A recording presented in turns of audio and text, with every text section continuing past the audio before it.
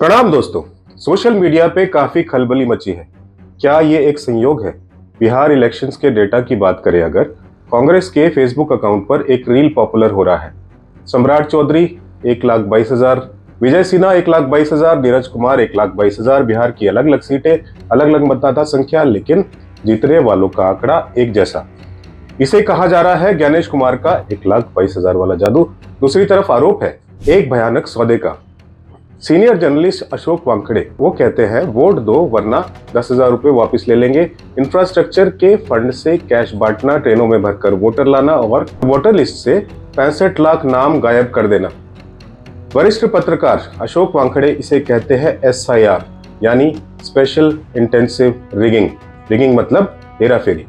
और जब आप न्याय की उम्मीद करते हैं तो सामने आता है जजों को गवर्नर बनाने का इतिहास। आज हम इन सभी कड़ियों को जोड़ेंगे, 122 के जादुई आंकड़े से लेकर 10,000 की रिश्वत तक और मीडिया के नैरेटिव वॉर से लेकर आपकी अपनी चुप्पी तक। यह सिर्फ बिहार चुनाव का विश्लेषण नहीं, ये एक छोटा सा पोस्टमार्टम है, अलग अलग खबरों का, अलग अलग इंफॉर्मेशंस का, अलग अलग प्लेटफॉर्म से। बिहार चुनाव 2025 के नतीजे आ चुके हैं। सीएम साहिब भी डिक्लेयर हो गए हैं, बधाई हो उनको। बड़ी जद्दोजहद के बाद हुए तो सही, लेकिन सवाल खत्म होने के बजाय गहरे होते जा रहे हैं। एक तरफ बम्पर जीत का जश्न है तो दूसरी तरफ लोकतंत्र की हत्या के आरोप लग रहे हैं। आज हम सोशल मीडिया पर वायरल हो रहे उन सब दावों की गहराई में जाएंगे जिन्हें main stream media non issue बताकर कूड़ेदान में डाल रहा है। क्या वाकई बिहार में ओवरकिल हुआ है? आइए डेटा के साथ कोशिश करते हैं जानने की। न्यू इरा वर्ल्ड यानी कि नई युग की नई दुनिया में फिर से आपका स्वागत है। सबसे पहले बात उस गणित की जो विज्ञान को चुनौती दे रहा है। चुनाव आयोग यानी कि इलेक्शन कमीशन और मुख्य चुनाव आयुक्त ज्ञानेश कुमार पर सोशल मीडिया एक बड़ा सवाल दाग रहा है। जरा इन आंकड़ों को देखिए। Samrat Chaudhary 1,22,480 vote, Vijay Kumar Sinha 1,22,408 vote, Neeraj Kumar 1,22,491 vote, Virendra Kumar 1,22,773 vote, Krishna Kumar Rishi 1,22,494 vote. यानी 1,22,000, 1,22,000, 1,22,000। लगभग 8 बड़े नेताओं को 1,22,000 के आसपास वोट मिले। और ये कोई जादू नहीं है। अब देखिए 100 नंबर का भी एक तिलिस्म है। तारकिशोर प्रसाद 1,02,55, संजय कुमार पांडे 1,04,00। एक साथ कई सीटों पर इतना सटीक पैटर्न। सांख्यिकी जानते हैं आप, स्टैटिस्टिक्स में इसे इम्पॉसिबल प्रोबेबिलिटी कहा जाता है। क्या ईवीएम में कोई एल्गोरिथम सेट था या ये कुदरत का कोई अनोखा करिश्मा है? ये सवाल मैं आप पर छोड़ता हूं क्योंकि निष्कर्ष की मेहनत आपको करनी है। नंबरों के इस खेल के पीछे एक और बड़ी कहानी है, SIR।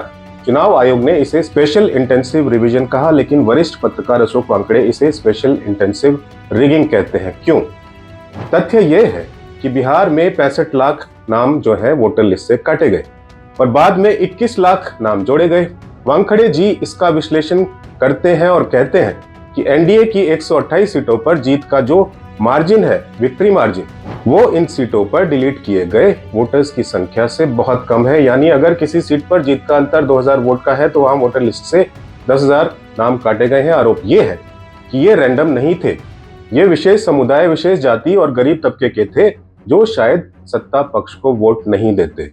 इसे ही अभय दुबे ओवरकिल कहते हैं। ओवरकिल यानी जीतने के लिए जितने वोट चाहिए थे उनसे कहीं ज्यादा का बंदोबस्त करना ताकि कोई गुंजाइश ही ना बचे। ये मार्जिन मैनेजमेंट जो है लोकतंत्र के गले की फांस बन गया है। ये सवाल काफी लोग उठा रहे हैं, लेकिन वोट सिर्फ काटे नहीं गए, खरीदे और डराए भी गए हैं। रिपोर्ट्स आ रही है कि जीविका दीदियों का इस्तेमाल एक हथियार की तरह किया गया है। ऐसा हम नहीं कह रहे, सोशल मीडिया पे काफी प्रोमिनेंट है। तो थ्रेट की अगर हम बात करें, आरोप यह है कि ग्रामीण महिला को कहा गया कमल का बटन दबाओ वरना खाते में आए 10,000 रुपए जो है वापस ले लिए जाएंगे। ये हम नहीं कह रहे, ऐसा सोशल मीडिया पे चल रहा है। कुछ वरिष्ठ पत्रकार भी ऐसा कह रहे हैं। अगर हम ब्राइब की बात करें, वोट देंगे तो 1,90,000 और मिलेंगे, ऐसा भी कहा जा रहा है। और ये पैसा कहां से आया? अशोक वानखेड़े बताते हैं कि बिहार पर 4 लाख करोड़ का कर्जा है। ये पैसा इंफ्रास्ट्रक्चर फंड से डाइवर्ट करके बांटा गया, यानी आपके बच्चों के लिए बनने वाली सड़क और स्कूल का पैसा वोट खरीदने में लगा दिया गया, ऐसा उनका कहना है। मतलब क्या बनता है? सीधा सीधा आप सोचिएगा। उधर हम बात करें सुधीर चौधरी जी के एक विश्लेषण का। मजे की बात यह है कि गोदी मीडिया कहे जाने वाले चैनल्स के एंकर भी इसे डिफेंड नहीं कर पाए। सुधीर चौधरी ने एबीपी न्यूज पर साफ साफ कहा कि आचार संहिता जो है मॉडल कोड ऑफ कंडक्ट लगने के बाद पुरानी स्कीम के तहत भी पैसा नहीं बांटा जा सकता। उन्होंने ये भी माना कि ट्रेनों में भर भर कर वोटर को लाना गैर कानूनी है। काफी दिनों से बीजेपी के प्रवक्ता जो है वो ये कह रहे थे कि स्कीम वही 10,000 वाली काफी दिनों से चली आ रही है, इसलिए चुनाव के वक्त भी बांट दिया। तो क्या गलत है? अब देखना दिलचस्प होगा कि क्या नई रीजनिंग, नई जस्टिफिकेशन आएगी, और आएगी तो क्या आएगी। साथ साथ ट्रेन में भेजने का ओपनली क्रेडिट लिया गया है। अब देखो, ये तो साबित होने वाली चीज हो गई जनाब। एनीवेज, कार्रवाई की उम्मीद थोड़ी कम है। क्यों, ये आप जानते हैं, पर आप कुछ बोलेंगे नहीं।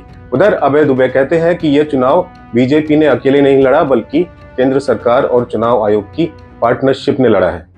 बीएलओ पर इतना दबाव था कि 250 रिटायर्ड अफसर्स ने चिट्ठियां लिखी, पर जवाब नहीं मिला। तो अब आप उम्मीद किससे करें? न्यायपालिका से। वरिष्ठ वकील प्रशांत भूषण जो है एक डरावनी तस्वीर पेश करते हैं। वे याद दिलाते हैं सदाशिव ओम, जिन्होंने अमित शाह को बेल दी, वो गवर्नर बन गए।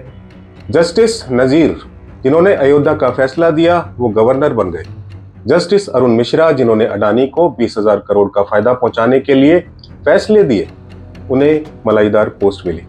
जब रेफरी यानी इलेक्शन कमीशन और एम्पायर जुडिशरी दोनों पर ही मैच फिक्सिंग के आरोप लग रहे हो, तो खिलाड़ी यानी कि विपक्ष और जनता क्या कर लेगा? ये सवाल आज हर उस नागरिक के सामने है जो संविधान में विश्वास रखता है। इन सबके बीच मीडिया क्या कर रहा है? इंडिया टुडे जैसी प्रतिष्ठित पत्रिका जो है 2016 की पुरानी कहानियों को खोदकर मुलायम सिंह यादव और अखिलेश यादव को नीचा दिखाने में लगे हैं।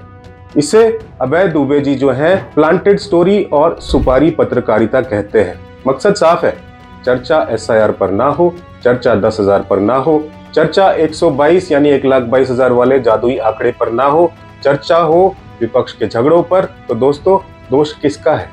इसके दोषी सिर्फ वो नेता नहीं है, इसके दोषी हम हैं। जब तक हम भक्त और एंटी भक्त के खेमे में बटे रहेंगे, जब तक जाति और धर्म की अफीम हमें सोचने से रोकेगी कि हमारे बच्चों के स्कूल का पैसा जो है वोट खरीदने में कहां जा रहा है, तब तक ये खेल चलता रहेगा। कोई धर्म का ठेकेदार बनकर आपको ठगेगा, तो कोई विकास का मसीहा बनकर। याद रखिए, राजनेता आपके मालिक नहीं, संविधान के सेवक हैं। जिस दिन आप ये समझ जाएंगे, उस दिन 122 का जादू भी बंद हो जाएगा और नोटों की गड्डियां भी काम नहीं आएंगी। फैसला आपके हाथ में है। क्या आप सवाल पूछेंगे या सिर्फ तमाशा देखेंगे? कुछ लोगों का कहना है कुछ गलत नहीं हुआ है। हमारा इस वीडियो का मकसद कुछ साबित करना या भ्रमित करना नहीं है। हमारा कहना यह है, अगर कुछ भी गलत लग रहा है किसी को भी, तो जांच लोकतंत्र में एक अहम जगह रखती है। सोचिए ना, इलेक्शन कमीशन का चयन करने के प्रोसेस को बदल दिया गया। क्या आपने कभी सोचा कि ये हमारे लोकतंत्र के रेफरी चुने कैसे जाते हैं? पुराने सिस्टम की अगर हम बात करें, द ओल्ड वे, आजादी के बाद 70 सालों तक ये सिस्टम बिल्कुल सीधा था। प्रधानमंत्री और उनकी कैबिनेट एक नाम तय करती थी और राष्ट्रपति उस पर मोहर लगा देते थे। यानी सरकार जिसे चाहे उसे एम्पायर बना ले। जाहिर है, एम्पायर वही बनेगा जो बैटिंग करने वाली टीम यानी सरकार को पसंद हो। उसके बाद सुप्रीम कोर्ट का दखल होता है। 2023 मार्च में सुप्रीम कोर्ट ने इस पर रोक लगाई। कोर्ट ने कहा कि इलेक्शन कमिश्नर जो है निष्पक्ष यानी न्यूट्रल होना चाहिए। उन्होंने एक नई कमेटी बनाई जिसमें 3 लोग तय किए गए, प्रधानमंत्री, विपक्ष के नेता और सबसे अहम चीफ जस्टिस ऑफ इंडिया। मकसद साफ था, अगर सरकार और विपक्ष में असहमति हो तो सीजीआई का वोट जो है निर्णायक होगा, निष्पक्षता बनी रहेगी। नया कानून और खेल जानते हैं आप। रिवर्सल हुआ, लेकिन सरकार को यह मंजूर नहीं था। दिसंबर 2023 में संसद में एक नया कानून लाया गया और सुप्रीम कोर्ट के आदेश को पलट दिया गया। नया बदलाव क्या हुआ? कमेटी से सीजीआई को बाहर कर दिया गया। अब नई कमेटी में कौन है? प्रधानमंत्री, विपक्ष के नेता और सीजीआई की जगह एक कैबिनेट मंत्री जिसे पीएम खुद चुनेंगे। आप जरा इसका गणित समझिए। कमेटी में 3 लोग हैं, एक तरफ पीएम और उनका मंत्री यानी 2 वोट, एक तरफ विपक्ष का नेता यानी 1 वोट। फैसला हमेशा 2-1 से सरकार के पक्ष में ही जाएगा। विपक्ष का नेता चाहे जितना विरोध करे, चुनाव आयुक्त वही बनेगा जिसे सरकार चाहेगी। तो सवाल सीधा है, जब एम्पायर का चुनाव ही खेलने वाली एक टीम यानी सरकार कर रही है, तो क्या हम मैच के निष्पक्ष होने की उम्मीद कर सकते हैं? अभय दुबे और प्रशांत भूषण जैसे लोग इसी स्ट्रक्चरल फ्लॉ की ओर इशारा कर रहे हैं। चुनाव आयोग अब स्वतंत्र नहीं है, बल्कि सरकार द्वारा सरकार के लिए चुना गया आयोग बन गया है। सीजीआई को हटाकर मंत्री को लाना यह आयोग को निष्पक्ष बनाने का नहीं बल्कि नतमस्तक बनाने का कानून है। आयोग अब स्वतंत्र नहीं है, सरकार तंत्र का हिस्सा है। जरा इस क्रोनोलॉजी को समझिए। एक तरफ नियम आता है कि सीसीटीवी फुटेज 45 दिन में डिलीट कर दी जाएगी। दूसरी तरफ हमारी अदालतों में पहली तारीख मिलने में ही 2 से 3 महीने लग जाते हैं। सोचिए, अगर सुप्रीम कोर्ट 60 दिन बाद सुनवाई की तारीख दे और सबूत 45वें दिन ही मिटा दिए जाए तो न्याय किस आधार पर होगा? क्या यह नियम सफाई के लिए बनाया गया है या सफाई देने से बचने के लिए? और तर्क क्या दिया गया कि माताओं बहनों की निजता यानी प्राइवेसी का सवाल है। पब्लिक पोलिंग बूथ पर जहां दुनिया के सामने वोट पड़ता है वहां कौन सी प्राइवेसी भंग हो रही है कि आपको सीसीटीवी फुटेज नहीं देनी चाहिए? क्या यह तर्क आपको हजम होता है? सच तो यह है कि यह तर्क नहीं, हमारी और आपकी बुद्धिमत्ता का अपमान है। क्या हमारा नैतिक साहस और विवेक इतना मर चुका है कि हम ऐसे बेतुके तर्कों को भी नियम मानकर चुप बैठ जाए?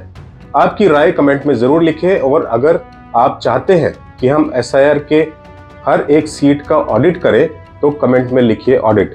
इस वीडियो को ज्यादा से ज्यादा शेयर कीजिएगा और याद रखिएगा, उसूलों पे जहां आँच आए टकराना जरूरी है। जो जिंदा हो वो फिर जिंदा नजर आना जरूरी है। प्रणाम।